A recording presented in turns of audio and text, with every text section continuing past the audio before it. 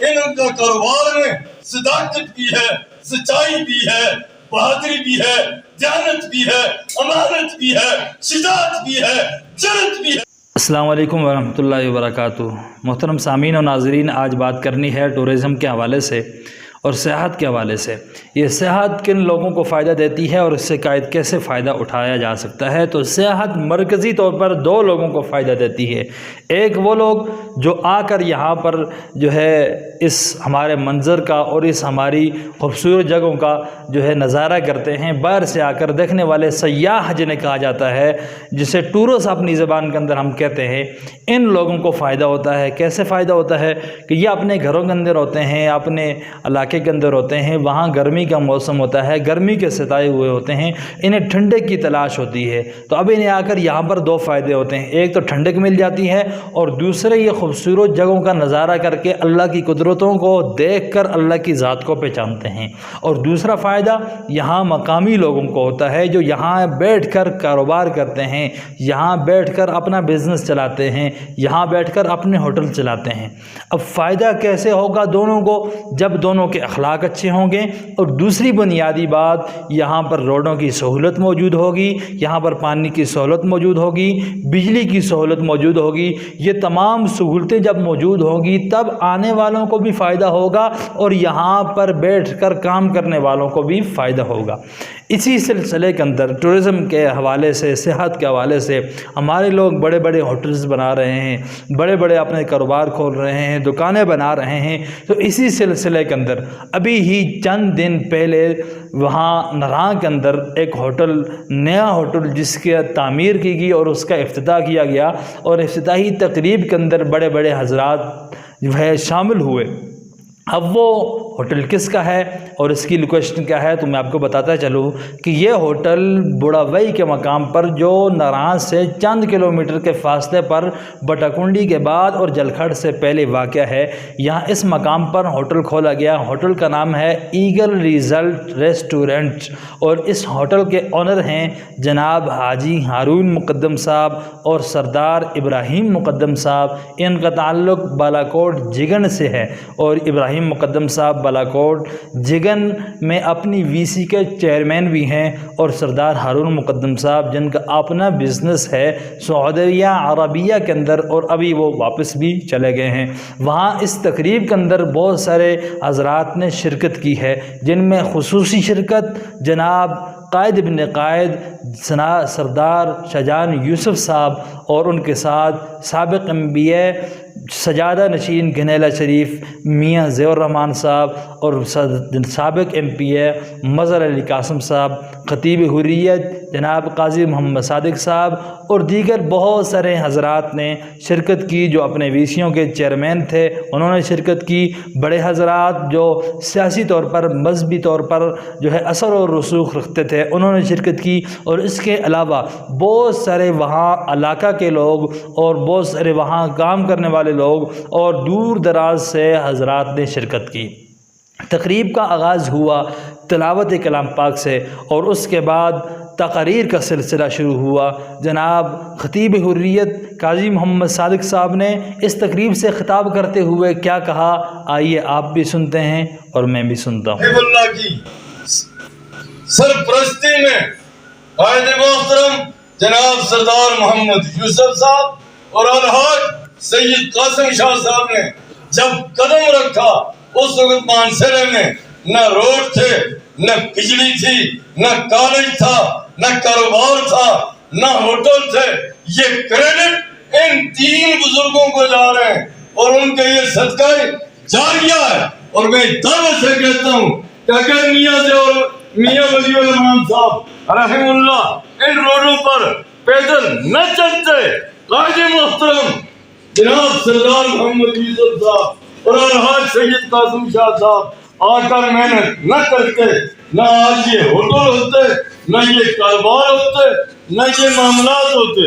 یہ تمام کریڈٹ ان تین بزرگوں کو جا رہا ہے، اور میں یہ سمجھتا ہوں کہ میاں ولی الرحمان صاحب کی رحم اللہ کی ٹیم میں صدر محمد اسماعیل صاحب تھے، جی جناب حاجی سردار محمد مسکین صاحب تھے، جناب سردار سائی محمد سائیں صاحب تنگلی والے تھے، جناب مولانا خلیل الرحمان صاحب تھے، ان کے ورکر اور ان کے ساتھی میرے دوستوں سردار نواب الدین صاحب تھے اور دیگر دوست و احباب تھے.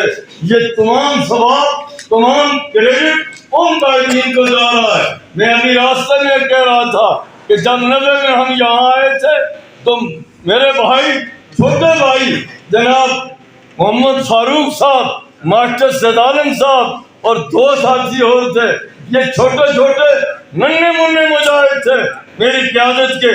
آج قیادت میں ان کو بھی اللہ کے فضل سے ایک مضبوط تناور درخت بنا کر رکھ دیا ہے.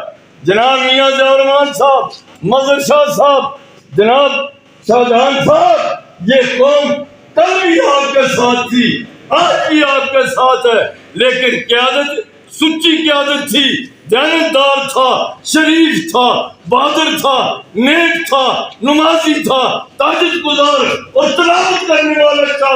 جناب سردار محمد یوسف صاحب نے جب قیادت سنبھالی اللہ کے فضل سے ہمیں مال ملا، دولت ملی، لوگ ملے، ہوٹل ملے، آزادی ملی، جرأت ملی، بہادری ملی اور یہ زبان ملی کہ آج آپ چاکیدار کو للکار رہے ہو. یہ واضح میرا چاکیدار نہ کل آپ کا ہے نہ آج آپ کا ہے.